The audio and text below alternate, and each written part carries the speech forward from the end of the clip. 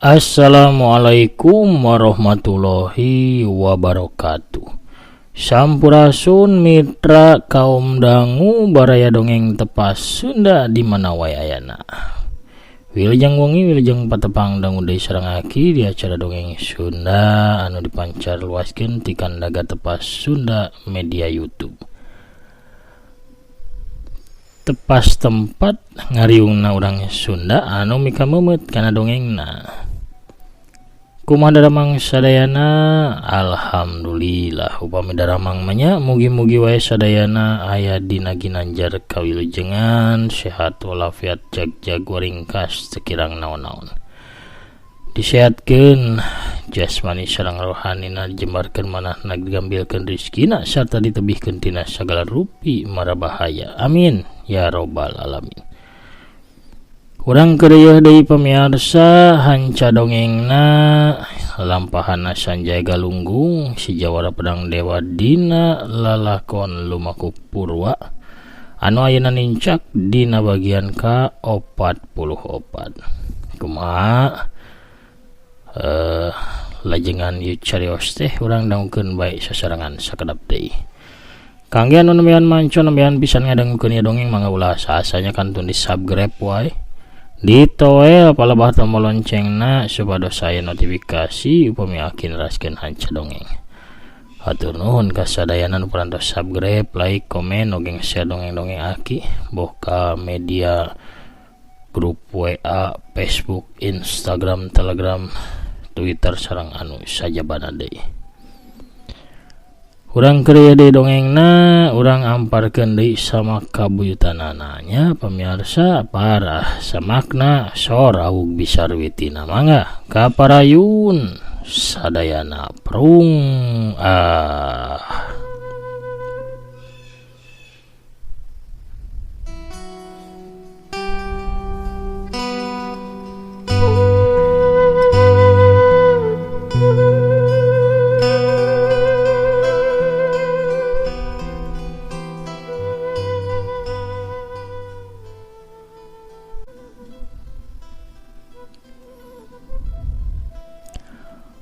Roh sarebu dewa nyerenge seuri beungeut nama rahmai bunga.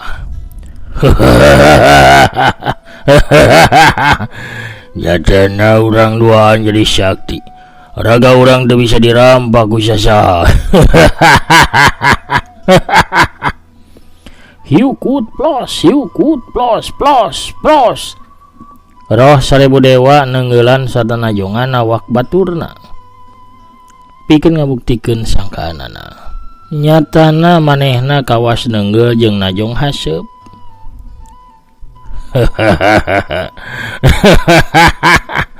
Urang duaan jadi sakti kumisang korak tinggal itu. Dewek teu bisa nenggeli laing. Roh sarebu dewa lumpat. Tuluy nubruk tangkal badag. Plus plos. Awakna nembus kitu bae kana batang tangkal kai. Roh sarebu dewa terus nabrakan tatangkalan jeung babatuan awakna bener-bener kawas haseup anu bisa nembus barang teas. Tingali tuh kumisang kodak dewek oge sakti kawasanyeun. Dewek bisa nembus tangkal yang batu cobaan geura. Cek roh sarebu dewa ngagorowok ka kumis tangkorak. Kumis tangkorak ngarasa penasaran, manehna oge nyobaan nembus kana tanggal kai. Mimitina mah hatena ngarasa ham-ham. Kumis tangkorak teh nyobaan sirahna heula anu nubruk kana batang tanggal kai bari jeung lalaunan. Plos, sirahna teh ngeplos nolol di satu kangen tangkal kai sedangkeun awakna mah masih dihareupeun tangkal kai. Saterusna awakna oge maju plus awak kumis tangkorak molos nembus tangkal kai. Ya gening. Nah hanya bisa kieu nya. Gerendang kumis tangkorak lulumpatan saterusna mah nobrosan tetangkalan jeung bebatuan urutan baturna. Teu paduli manehna jeung Roh Seribu Dewa teh jadi dilalajuan ku tilu urang lawana. Plas blus plas blus plos plos. Kumis tangkorak jeung Roh Seribu Dewa lulumpatan terus nubrukan tetangkalan jeung bebatuan.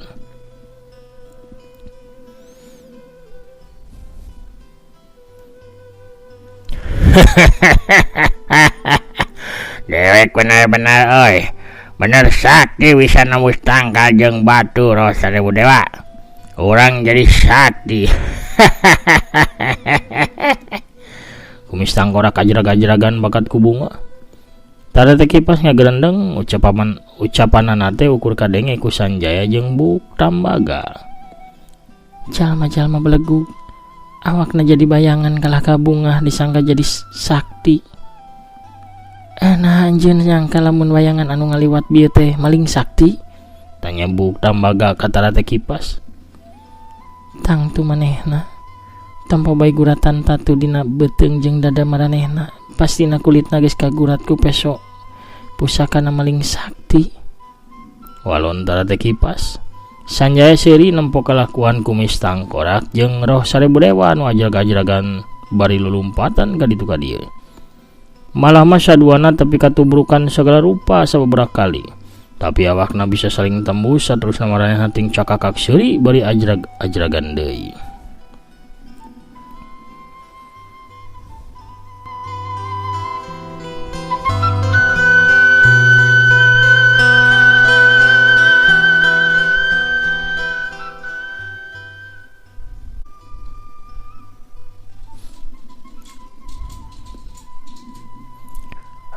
Jaya ka kampung. Geus wancina urang tangtukeun saha nu bakal dadap hirup, carda saha nu bakal paeh. Cek Seribu Dewa bari malik ka arah Sanjaya. Sanjaya ngalengkah tilu lengkah ka hareupeun Roh Seribu Dewa jeung kumis tangkorak, sedengkeun tara kipas jeung Buk Tambaga tetep nangtung di tempatna. Anjeun teh lain jadi sakti Roh Seribu Dewa, cek Sanjaya. Tapi na sebalikna bakal tunggara sarta sedih. Sabab sagedeng deui diri anjeun teh moal bisa katingali ku sasaha. Eta justru kalewihan kami. Walon Roh Seribu Dewa. Kumis tangkorak nu nangtung di gigireun Roh Seribu Dewa milu nyarita. Lamun anjeun sieun jajak ka kampung. Gancang sia nyingkat ti dieu. Ulah ngaganggu ka kami. Kami bakal maksa si tara deki pasangkan daek nyarita. Karunya pisan. Cek Sanjaya bari gogodeg. Sabenerna mah anjeun duaan teh geus tiwas. Sabab kagurat ku peso jalma nu bieu ngaliwat di hareupeun anjeun duaan. Tempo bae tatu dina beuteung jeung dada anjeun. Tiwas-tiwas babatok sia, sentak kumis tangkorak bari muril-muril kumisna. Mun teu percaya coba cokot batu sarta baledogeun ka kuring. Lamun anjeun duaan bisa nyokot batu, kuring bakal guguru ka anjeun duaan. Walon Sanjaya deui. Hai sia. Ngahini sia. Ngahina sia deh ka jalma sakti kawas kami. Make nitah nyokot batu sada maledog anjeun sagala rupa. Mun anjeun sieun mah sok bae langsung taluk sumuju di hareupeun kami. Ceuk Roh Seribu Dewa. Sok cokot heula batuna. Lamun bisa kuring bakal sumembah ka anjeun Roh Seribu Dewa. Roh Seribu Dewa dongko leungeunna nyokot batu sagede peureub nu aya teu jauh ti dirina. Leungeunna nyabet kana batu, tapi naplos leungeun Roh Seribu Dewa teh nembus kana batu. Roh Seribu Dewa ngahuleng bari jeung heran. Kumis tangkorak oge nempokeun bari jeung tarangna kerung. Roh Seribu Dewa sabaraha kali nyobaan nyokot batu di hareupeunana, hiuk plos, wood plos plos. Tapi beberapa kali ge tetep leungeunna nembus kana batu henteu kacokot. Roh 1000 dewa penasaran. Leungeunna harita ngadeukeutan kana batu sacara lalaunan kawasan orek newak pepatong atau kukupu. Sanggeus deukeut kana batu leungeunna meber tuluy digerakkeun gancang pikeun ngaranggem batu. Tapi na wus plos leungeunna ngaplos nembus deui kana batu. Roh 1000 dewa ngahuleng. Panonna nitenan batu tuluy nitenan kana dampal leungeunna. Lagug sia. Nyokot batu bae teu becus maneh wah. Hilik dewek nu nyokotna. Cek Kumis Tangkorak bari ngadeuketan kana batu. Leungeunna ngolebat pikeun nyamber batu tapi na plos. Leungeun teh liwat terus ka luhur deui. Tapi batu mah tinggalin di tempatna. Batu teu oyag-oyag acan. Kumis Tangkorak nyobaan deui hiuk plos, wood plos. Leungeunna nembus batu terus. Nah teu bisa nya. Kumis Tangkorak mimiti heran jeung curiga manehna nyarita ka roh 1000 dewa. Urang teu bisa ngarampana naon ieu teh. Teuing nya. Urang teh sabenerna sarua saktina ieu teh atawa sarua belegugna. Walon roh 1000 dewa.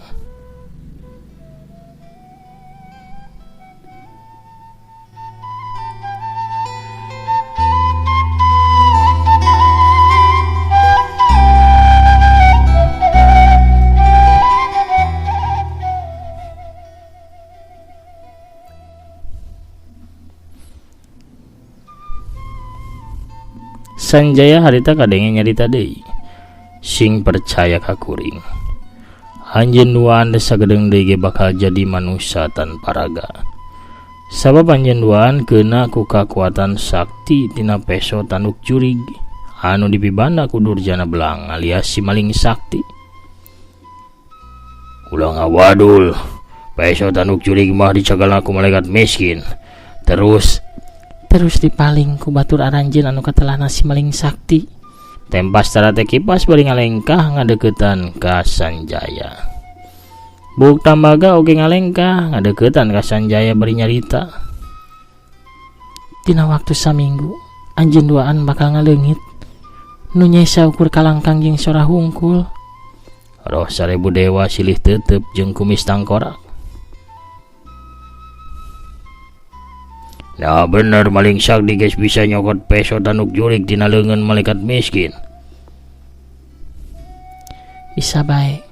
Sabab aya tokoh sejen anu wani pikeun mayaran peso tanduk jurig ku harga anu mahal pisan. Nu ngawalon teh kipas. Tapi kunaon manehna natuan urang, padahal mah abanan urang teh baturna. Cek roh 1000 dewa mimiti katempo sedih. Teh ingatunya.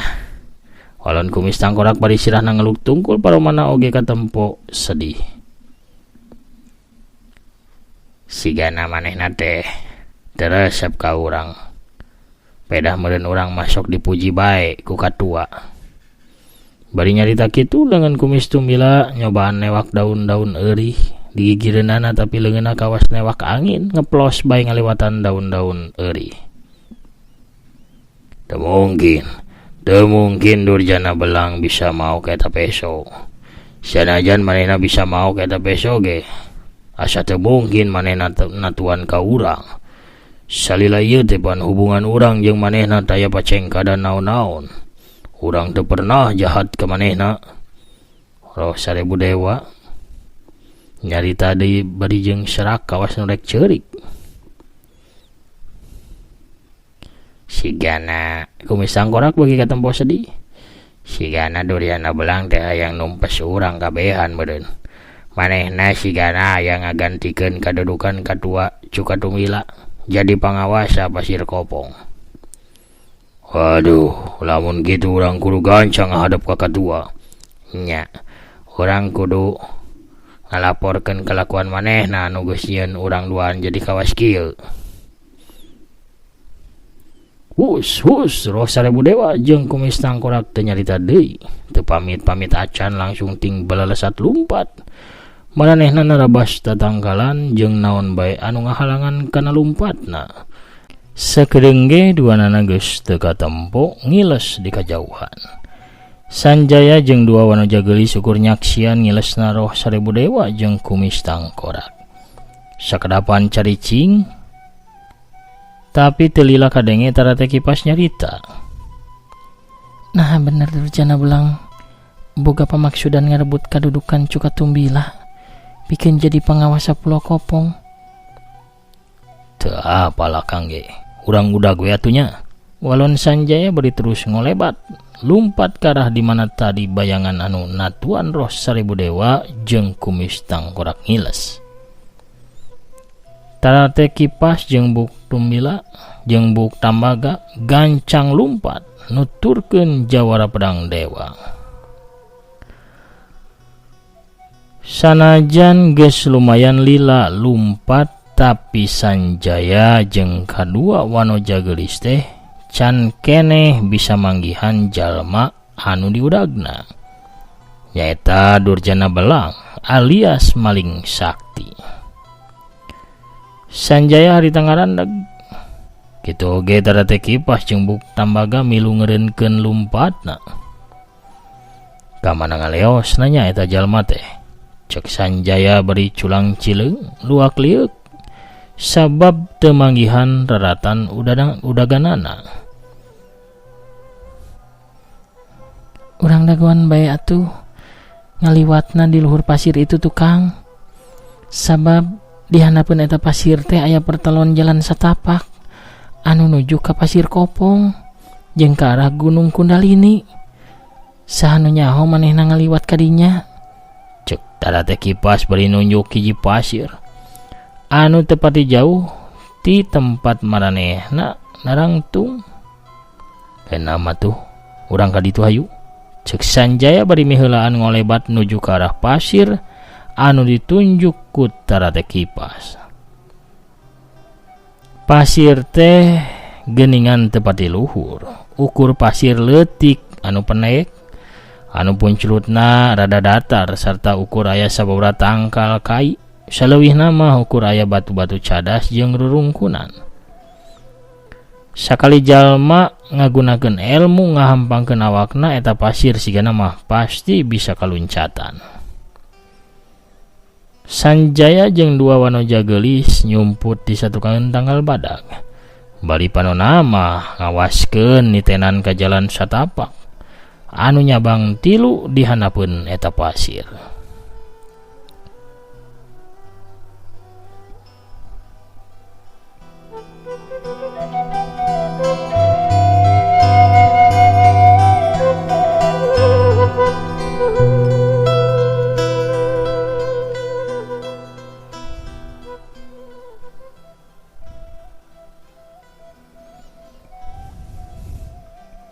Nah, Nyai yakin lamun eta jalma teh bakal ngaliwat ka dieu? Tanya Sanjaya nyaritana lalaunan. Lamun manehna boga maksud mulang ka Pasir Kopong, pasti bakal ngaliwat ka dieu, Kang. Sabab lamun ngaliwatan jalan anu sejen mah bakal leuwih jauh muterna teh, Kang. Walon tara teh kipas sanggeusna sababaraha lila nungguan. Rentang-rentang ti arah jalan satapak nu di belah wetan katempo aya saurang jalma nu leumpang. Akhirna mah datang oge gerendeng Sanjaya. Tinggal itu jalma nu keur leumpang ti arah wetan. Nah eta jalma nu harita rek maksa mirusa ka anjeun jeung ka geulis camprenik Buk Tambaga. Buk Tambaga ngaliuk mencrong ke arah jalma anu keur leumpang ngadeuketan ke arah pasir. Nya, bener jalma dekil eta anu geus natuan ka geulis camprenik satang udag-udag ka kuring. Walon Buk Tambaga sanggeusna salila-lila nitenan jalma nu keur leumpang. Sanjaya tugancang kaluar tina panyumputanana. Sabab jalma anu keur leumpang teh geus deukeut jeung pasir. Sanjaya hari tengah gajleng turun tuluy salto 2 kali kalayang celek. Sanjaya nincak taneuh bari teu nimbulkeun sora saeutik. Kamunculan Sanjaya galunggung anu kawas dewa turun di langit ngagetkeun lengkah jalma anu keur lempang. Lengkahna langsung eureun saharita dina jarak 7 lengkah di hareupeun jawara pedang dewa. Anjon, cek eta jalma begetna lucu bari jeung polos, ngeunah pikeun dicabok mah. Gayana kawas jalma anu teu boga dosana naon. Sigana eta teh salah sahiji keahlian si maling sakti. Manehna bisa nipu lawana ku gayana anu polos kawas jalma nu teu boga dosana naon. Tapi Sanjaya mah tetep waspada, panonna neuteup ka maling sakti. Bari teu ngiceup, sanajan bibirna mah seuri ipis. Bari jeung waspada, Sanjaya ngalengkah ngadeuketan ka maling sakti. Lengkahna eureun sanggeus jarakna kari 3 lengkah deui ka maling sakti. Pok Sanjaya nyarita, "Hebat, anjeun teh jadi jalma hebat ayeuna mah maling sakti." Udah gitu Sanjaya. Walon maling sakti bari paromana siga nu era. Ngeunaan hebat eta mah pan geus ti baheula mula. Kunaon karak disebutkeun ayeuna pan kuring jadi era tuh. Sakuduna mah kahebatan anjeun eta digunakeun kana kahadean maling sakti. Nya tang tu bae atuh kitu Sanjaya. Tapi kunaon kuring ngadenge tindakan anjeun kalah tambah ngaco, tambah ngacapruk bae. Kuring terek mulang ke tempat kuring, nyalamun anjeun naik mah mampir kuring teu kabeuratan. Anjeun rek mampir ke tempat kuring, hayu atuh. Kuring mah tumanya ge kunaon? Anjeun tindakanna tambah ngaco. Sugan teh anjeun tumanya geus ti mana bae kuring salila ieu tambah ngaco. Sigana anjeun salah sangka Sanjaya, kuring mah da biasa-biasa bae.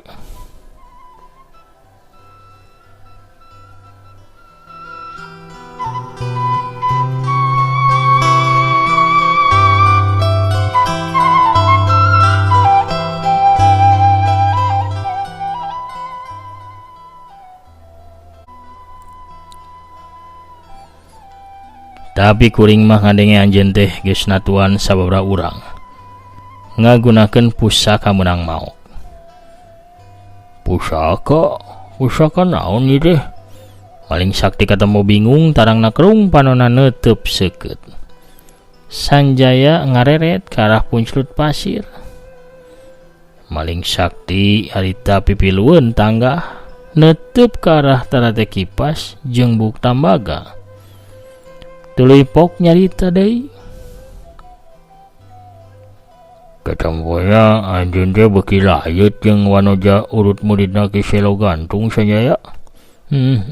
Lumayan oge sih. Tapi cek kuring mah leuwih geulis ge wanoja anu kulitna bodas itu tuh, sadabukna warna emas eta.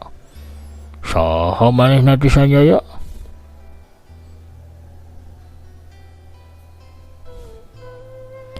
Nah anjeun can wawuh kitu jeung eta wanoja. Muntun kageulisan mah keahlian kuring Sanjaya. Kuring tumanya naha anjeun wawuh jeung eta wanoja, cek Sanjaya rada tarik bari katempo jengkel. Kitu. Atuh kumaha kuring rek wawuh papanggih giapan kadak ayeuna. Anjeun bohong maling sakti. Ampun ting, teu bohong. Kuring mah tara ngabohong. Wani sumpah disambar tumpeng. Kuring Sanjaya ye lamun kuring kakarak papanggih jeung eta awewe. Tapi manehna teh make papakean atawa henteu sabenerna teh? Kan tombona mani taeun pisan. Cek maling sakti bari cengar-cengir. obrolna eta Sanjaya jeung Maling Sakti teh kadenge ku Tara Teh Kipas jeung Buk Tambaga. Tara Teh Kipas mere isyarah ka Buk Tambaga pikeun turun ka handap. Buk Tambaga ungeuk tandaning satuju.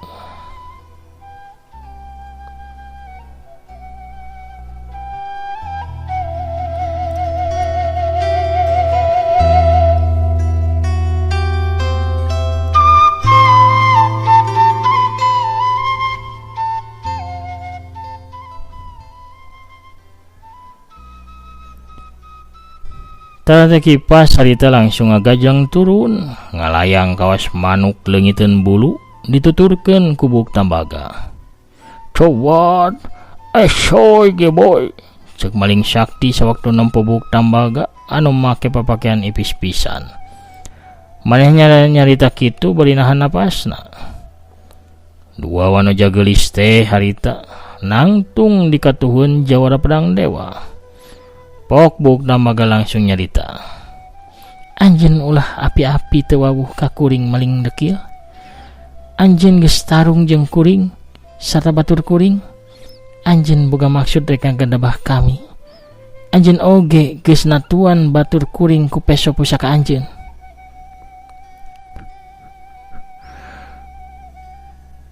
Dina kayan kitu curelat kalayangcle aya hiji bayangan beureum datang ka tengah-tengah maranehna. Di samping jangkung make kabaya beureum, leungeun kencang elek boboko, leungeun katuhuna nyakla nyiru anu disuhun dina luhur sirahna. Eta awewe teh awewe tengah tuh anu tayalian tukang awug Bisarwiti. "Eleh kabeneran pisan ieu, keur ngarariung kabeneran ieu. Aya opatan." Dede lumayan lah lamun 1 juta ewang ge 4 juta. Ieu sok jarajan heula nu kasep nu geulis eta nu goreng patut. Dede tah ieu nyanak awug masih haneut raos geura amis empuk raos kareueut matak dedeyeun awug ibi mah ceuk Kang Agus ge. Dede sok tah ieu kukurau tah urap jagong teh ning anu raos gurih nikmat mata wareg ya mah sok jarajan heula ke dituluykeun ngawangkong nanya. Dah asa kurang mernah ari teu bari jajan mah ngawangkong teh. Dede harap pamirsa kuno rojolna Bisarwijem urang cekapkeun heula dongengna dugi ka dieu.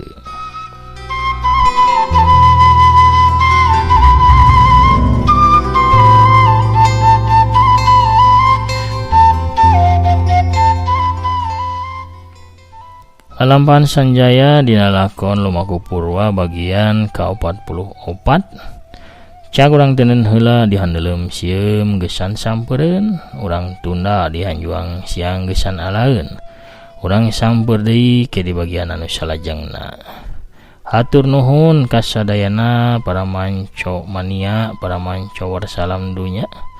Anu mika memet kana dongeng Sunda hatur nuhun, parantos satia ngantosan satia ngadangukeun oge ngarojong kana dongeng-dongeng aki.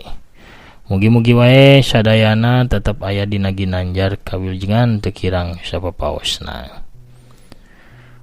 Pamirsa sadayana hapuntennya akina dadalat-latan yeuh kumanggi minggon-minggon ieu teh sabari jeung panginten akina kirang sehat.